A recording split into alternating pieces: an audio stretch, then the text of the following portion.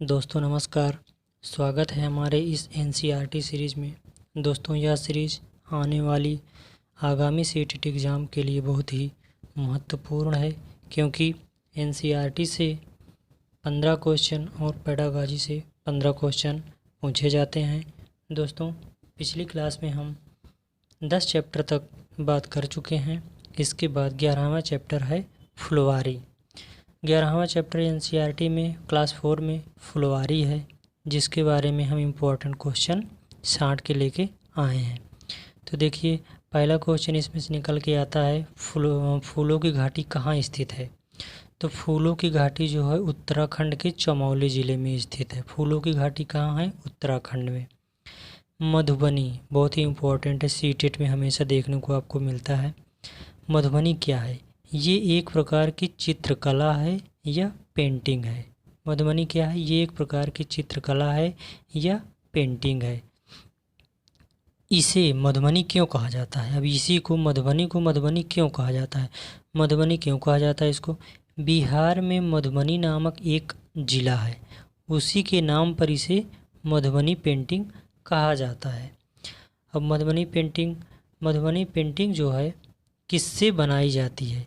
Madhubani painting चावल के powder में रंग मिलाकर बनाई जाती है, जो कि बहुत ऑल इंडिया का है या पूरे विश्व में प्रसिद्ध है। ये मधुबनी पेंटिंग जो मधुबनी कहाँ है? बिहार में है। उसके बाद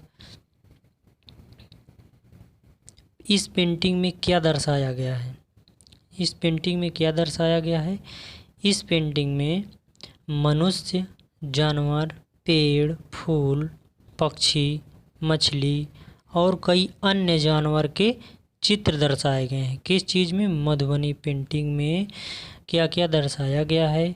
मनुष्य, जानवर, पेड़, फूल, पक्षी, मछली और अन्य कई जानवर के चित्र दर्शाए गए हैं।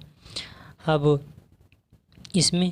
इनमें जो नोट है इम्पोर्टेंट है, इसमें जो है नील, हल्दी के फूलों, पेड़ों के रंग आदि का प्रयोग किया जाता है। यानी मधुबनी पेंटिंग में प्राकृतिक रंगों का प्रयोग किया जाता है।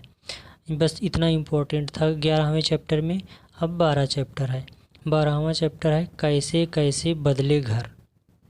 कैसे कैसे बदले घर 12वें चैप्टर में एनसीईआरटी क्लास 4 में है, जो कि इसमें से इम्पोर्टेंट क्वेश्चन है, गाजी खान अब कहाँ स्थित है। पहले तो गाजी खान था इंडिया में, अब इतनी समय है पाकिस्तान में, जब से बंटवारा हुआ है उसके बाद से। पहले लोग कच्चे घरों की दीवारों पर गोबर व मिट्टी का लेप क्यों लगाते थे? बहुत ही इम्पोर्टेंट है। पहले लोग जो है अपने कच्चे मकानों में दीवारों पर गोबर और मिट्टी का लेप क्यों लगाते थे? क्योंकि कीड़े मकोड़े को भगाने के लिए। अब यहीं से क्वेश्चन आ जाता है सीटीटी एग्ज़ाम में कि पहले पुराने समय में लोग घरों की दीवारों पर और फर्श पर मिट्टी का या गोबर का लेप क्यों लगाते थे? तो उसमें आ जाता है, ऑप्शन में आ जाता है सफाई रखने के लिए, अच्छा लगने के लिए, या कीड़े मकोड़ों को भगाने के लिए, या एक और कोई ऑप्शन दे देगा। तो उसमें अच्छा लगने या सुंदरता के लिए नहीं होता है।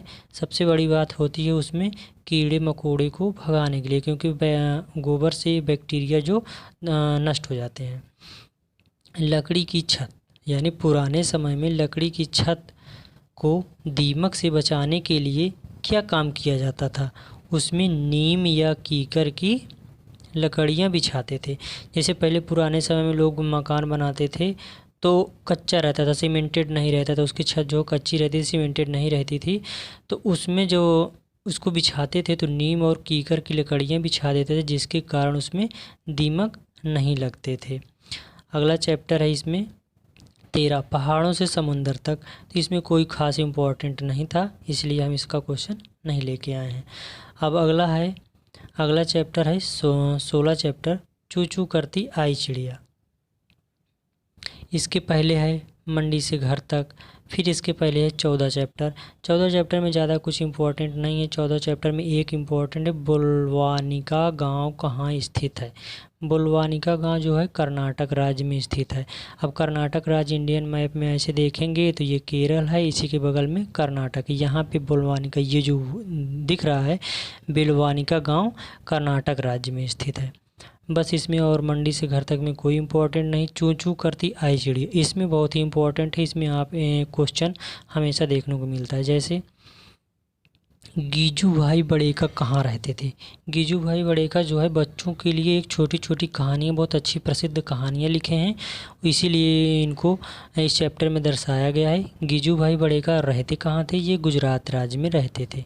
इन्होंने क्या किए थे, कई कहानियाँ लिखी थी। उसके बाद इंडियन रोबिन पक्षी। इंडियन रोबिन पक्षी जो है, इंडियन रोबिन पक्षी, इसको किलचिड़ी नाम से भी जानते हैं, पक्षी अपने अंडे कहाँ देते हैं। इम्पोर्टेंट, बहुत ही इम्पोर्टेंट है। इंडियन रोबिन पक्षी जो किलचिड़ी नाम से जाना जाता है, वो अपना अंडा कहाँ देता है, सड़क के किनारे पत्थरों पर, छोटे छोटे पत्थरों पर, सड़क के किनारे। जैसे ये रोड चली जाती है, इसके किनारे छोटे छोटे पत्थर होते हैं, उसको इकट्ठा करके उसी पे अपना ये अंडा दे के उसको सेता रहता है। तो कौन सा पक्षी सड़क के किनारे पत्थरों पर अंडा देता है, इंडियन रोबिन पक्षी, जिसको किलचिड़ी नाम से भी जानते हैं। उसके बाद आ जाता है कोयल अंडे कहाँ देती है।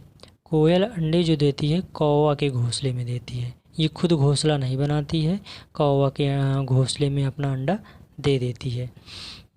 उसके बाद पक्षी घोंसला क्यों बनाते हैं। पक्षी घोंसला आप उर्ली समझ जाएंगे, घोंसला बनाने के लिए यानी आशियाना होता है, घर होता है, लेकिन यहाँ पे पक्षी घोंसला एक मेन कारण के लिए बनाते हैं, जो कि अंडे देने के लिए। जब अंडे फूट जाते हैं तो बच्चे बड़े हो जाते हैं तो पक्षी घोंसला छोड़ देते हैं। यानी मेन कारण है, पक्षी घोंसला अंडे देने के लिए बनाते हैं। जब अंडे फूट जाते हैं और बच्चे बड़े हो जाते हैं तो पक्षी घोंसला छोड़ देते हैं। लेकिन यहाँ पे एक चील जो है, चील नामक पक्षी आप लोग सुना होगा, चील जो है साल दर साल इस घोंसले को उपयोग करता रहता है। यानी चील घोंसला बनाता है, उसको हर साल अपना उपयोग करता रहता है। कौन सा पक्षी कैक्टस के कांटों के बीच या मेहंदी की मेड़ पे घोंसला बनाता है। तो ऐसा कौन सा पक्षी है, फाख्ता पक्षी। कौन सा पक्षी कैक्टस के कांटों के बीच या मेहंदी की मेड़ पर अपना घोंसला बनाता है, तो वो है फाख्ता पक्षी। ये कटीली झाड़ियाँ, कैक्टस जो है कटीली झाड़ियाँ होती है, मेहंदी की भी आप पौधा देखोगे तो कटीला होता है, तो उसमें कौन अंडा देता है, फाख्ता पक्षी। उसके बाद अगला है गौरैया और कबूतर घोंसला कहाँ बनाते हैं। जो कि गौरैया है और कबूतर जो घोंसला कहाँ बनाते हैं, पुराने घरों में। चाहे पुराना घर हो, मिट्टी का हो या किसी भी चीज़ का हो, जहाँ लोग आते जाते नहीं हैं अधिकतर, वहीं ये अपना गौरैया और कबूतर अपना घोंसला बनाती है। उसके बाद आ गया बसंत गौरी अंडे कहाँ देती है। बसंत गौरी पक्षी अपने अंडे कहाँ देती है, पेड़ के तने में गहरा छेद बना के। यानी जैसे ये पेड़ का तना होता है, बसंत गौरी पक्षी इसमें हल्का हल्का होल करके इसमें अंदर बैठने के लिए अपना जगह बना लेती है, तो वहीं पे अपना अंडा देती है। उसके बाद है कौन सी पक्षी पत्तों की चोंच से सीकर उसके घोंसले के बीच घोंसला बनाती है। कौन सी पक्षी पत्तों को चोंच से सीकर, यानी कौन सा पक्षी पत्तों को चोंच से सीकर उसके बीच घोंसला बनाती है, तो दार्जिलिंग चिड़िया। इसमें हम आपको एक ट्रिक बता देते हैं याद करने के लिए। जैसे गांव में जब कपड़ा सिलाते हैं लोग, तो पुराने समय में आपने सुना होगा कि लोग जो कपड़ा सिलता था उसको दर्जी बोलते थे। क्या बोलते थे, दर्जी बोलते थे। तो यानी दर्जी क्या काम करता था, कपड़ा सिलता था। उसी प्रकार यहाँ पे है पत्ता सीती है कौन सी चिड़िया, दार्जिलिंग चिड़िया क्या करती है, चोंच से सीकर, यानी पत्ते को चोंच से सीकर अपना घोंसला बनाती है।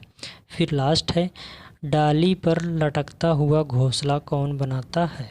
डाली पर, जैसे ये पेड़ हो गया, इसकी डालियां पर लटकता हुआ घोंसला कौन बनाता है, तो ये बनाता है शक्कर खेरा पक्षी। कौन बनाता है, शक्कर खेरा पक्षी। तो दोस्तों ये रही क्लास।